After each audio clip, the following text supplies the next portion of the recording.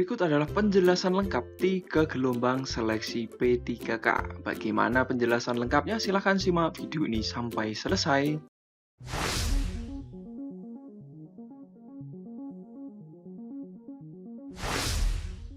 Assalamualaikum warahmatullahi wabarakatuh. Halo Sobat Schoolpedia, jumpa lagi dengan saya di channel. Kali ini akan membahas 3 gelombang seleksi P3K. Apa saja gelombang 1, gelombang 2, dan gelombang 3 akan kami bahas, dan ini merupakan pertanyaan atau masalah yang sering kali dijumpai teman-teman, dan banyak sekali yang menanyakan ini gelombang 1 itu bagaimana, gelombang 2 itu bagaimana.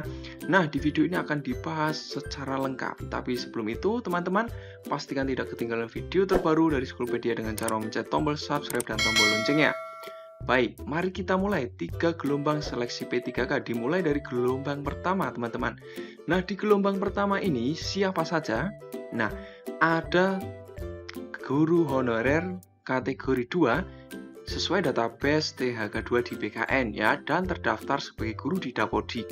Ini untuk gelombang pertama ya, nomor 1. Kemudian ada lagi yang bisa masuk untuk gelombang 1, yakni guru honorer yang masih aktif mengajar di sekolah negeri di bawah naungan pemerintah daerah dan terdaftar sebagai guru di Dapodik ya, serta pendidikan linearnya atau pendidikan linear dengan formasi yang tersedia pada sekolah di mana yang bersangkutan mengajar.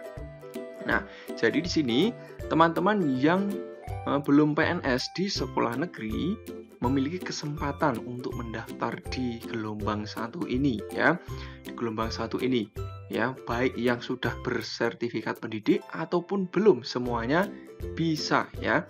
Kemudian yang ketiga adalah guru honor yang masih aktif mengajar di sekolah negeri di bawah kemenangan pemerintah daerah dan terdaftar di Dapodik, serta pendidikan linear atau pendidikan linear dengan formasi yang tersedia pada sekolah lain dalam satu instansi.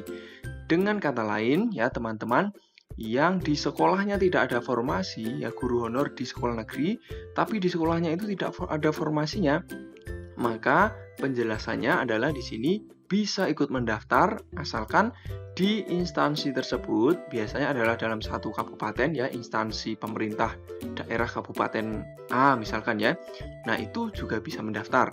Nah, persyaratannya tidak dapat melamar ke instansi lain ya. Jadi satu daerah atau satu kabupaten itu. Tapi di sini perlu diperhatikan ya, kalau satu kabupaten itu ada SMA. Nah, kalau SMA itu biasanya adalah naungan instansi pemerintah provinsi ya, provinsi.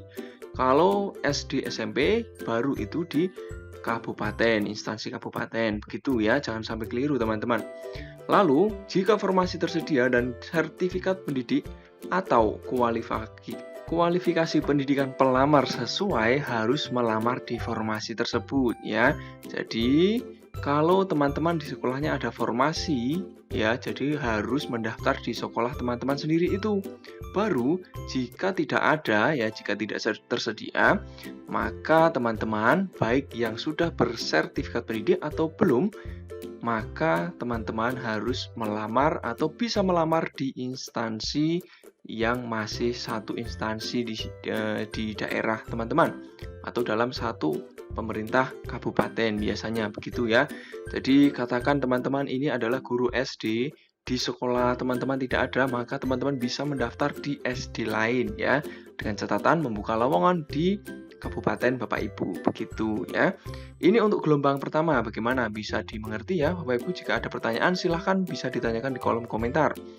Nah, yang berikut untuk gelombang kedua. Gelombang kedua siapa? Yaitu peserta yang tidak lulus seleksi tes kesempatan pertama ya.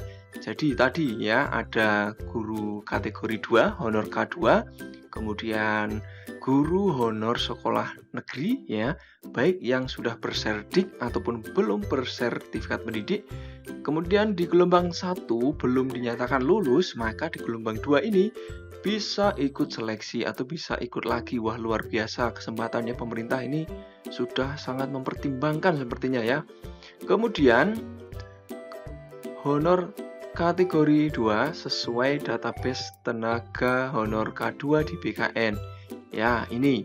Jadi kalau ada tenaga honor K2 ya yang sesuai dan belum atau sudah tidak mengajar di sini ya. Karena tadi yang di pertama tadi dijelaskan masuk di Dapodik ya. Kalau di sini bisa disimpulkan tidak atau belum atau mungkin sudah keluar ya. Tapi di database K2 itu masih ada, maka beliau bisa mendaftar begitu ya.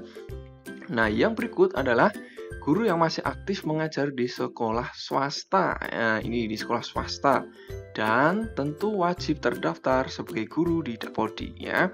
Itu teman-teman. Jadi kalau ada teman-teman yang mengajar di sekolah swasta, jangan berkecil hati. Di gelombang 2 ini teman-teman bisa mendaftar. Lalu lulusan PPG, teman-teman, lulusan PPG yang belum menjadi guru, ya baru lulus ya, PPG SM3T biasanya ya, PPG pra jabatan ya, kemudian lulus dan terdaftar di database lulusan PPG Kemdikbud, itu juga bisa mendaftar di kategori atau gelombang kedua ini ya teman-teman. Jadi ada 4 kriteria untuk gelombang 2 ini ya. Kemudian ada persyaratannya khusus. Yang pertama, peserta ya untuk 4 kategori ini harus memilih kembali formasi di instansinya yang masih belum terisi sesuai serdik atau kualifikasi pendidikan yang bersangkutan. Jadi teman-teman harus melihat kembali formasi yang akan dilamar itu, pastikan belum ada yang diisi atau belum ada yang lulus untuk melamar formasi itu ya. Jadi kalau formasi itu sudah terisi di gelombang 1, maka tidak bisa dilamar lagi karena sudah terisi. Jadi mencari yang kosong ya. Begitu. Lalu, peserta 1, 2, dan 3 tidak dapat melamar di instansi lain. Jadi ini ya, 1, 2, 3 ya. Ya tidak bisa melamar di instansi lain. Jadi harus di daerah Bapak Ibu, di kabupaten Bapak Ibu ya. Tadi sudah kami jelaskan instansi ya, baik instansi pemerintah daerah ya, kabupaten ataupun provinsi, itu berbeda ya kalau sekolah ini. Kemudian teman-teman, peserta 4 melamar di instansi sesuai dengan domisilinya.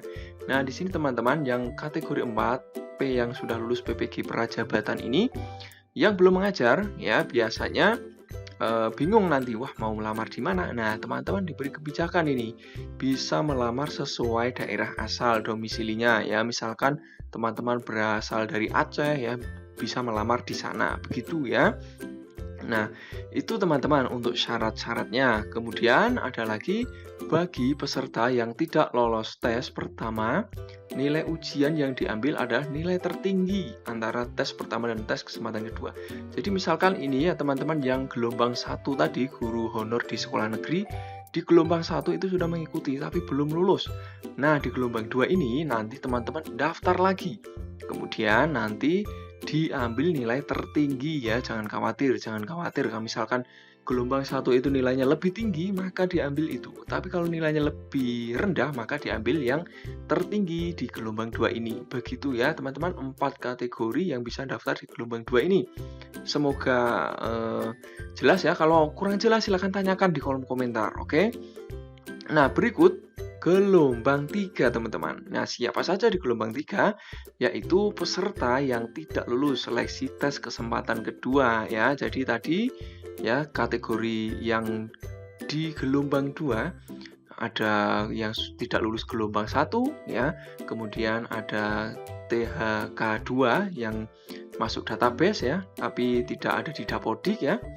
Kemudian ada guru yang mengajar di sekolah swasta, dan ada PPG, lulusan PPG itu jika tidak lulus di gelombang 2, gelombang 3 masih dibuka lagi teman-teman, jangan khawatir. Kemudian syaratnya adalah peserta memilih kembali formasi di instansi yang belum terisi sesuai serdik atau kualifikasi pendidikan. Jadi teman-teman di gelombang 2 itu ya, jika ada yang belum lulus di formasi tertentu, misalkan formasi A, formasi di sekolah A ya, belum ada yang lulus di situ, maka gelombang 3 ini bisa dipilih. Tapi kalau di gelombang 2 sudah lulus, formasi sekolah A sudah diisi oleh peserta gelombang 2 sudah dinyatakan lulus, maka tidak bisa dipilih lagi, begitu. Jadi semakin ke belakang gelombangnya, gelombang 2 kemudian gelombang 3, itu kesempatannya akan semakin kecil, begitu teman-teman. Jadi usahakan di gelombang yang awal gelombang 1, 2 teman-teman maksimalkan untuk belajarnya ya, itu. Lalu seluruh peserta dapat melamar di instansi lain. Nah, ini yang ditanyakan banyak sekali teman-teman. Kalau di daerah teman-teman tidak ada formasi, maka di gelombang 3 ini teman-teman bisa melamar di daerah lain ya, di kabupaten lain atau di provinsi lain ya. Bisa teman-teman, jangan khawatir. Pastikan teman-teman melamar sesuai dengan serdi atau kualifikasi pendidikannya, dan yang dilamar kemungkinan teman-teman atau peluangnya ada dengan formasinya masih ada ya.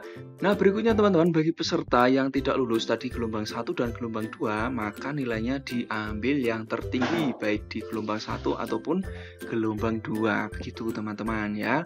Luar biasa sekali. Semoga saya doakan teman-teman lulus ya dan sesuai dengan formasi yang dilamar, yang diinginkan. Nah, teman-teman, jika ada yang belum jelas silahkan tanyakan di kolom komentar, dan pastikan tidak ketinggalan video terbaru dari School Bear dengan cara memencet tombol subscribe dan tombol loncengnya ya. Nah, kemudian di sini ada pengisian formasi kosong teman-teman, ada tambahan informasi. Nah, di situ yang pertama, setelah tes ketiga, formasi yang belum diisi dapat dioptimalisasi pengisian formasi kosong. Nah, pengisian formasi kosong itu dilakukan berdasarkan ranking ya, ranking penilaian sekolah yang akan ditentukan oleh Kemdikbud ya. Jadi nanti jika ada yang tidak lulus ya, tidak memenuhi batas nilai ambang batas kelulusan, nah maka akan diisi sesuai dengan atau ditentukan oleh Kemdikbud berdasarkan ranking. Seperti itu teman-teman ya, semoga bermanfaat ya. Silahkan jika ada pertanyaan tanyakan di kolom komentar. Jika kami bisa bantu akan kami bantu. Sekian dulu untuk video kali ini. Jika bermanfaat silahkan share kepada teman-teman, Bapak Ibu guru dimanapun Anda berada. Sekian dulu, assalamualaikum warahmatullahi wabarakatuh. Salam sukses dan semoga berhasil.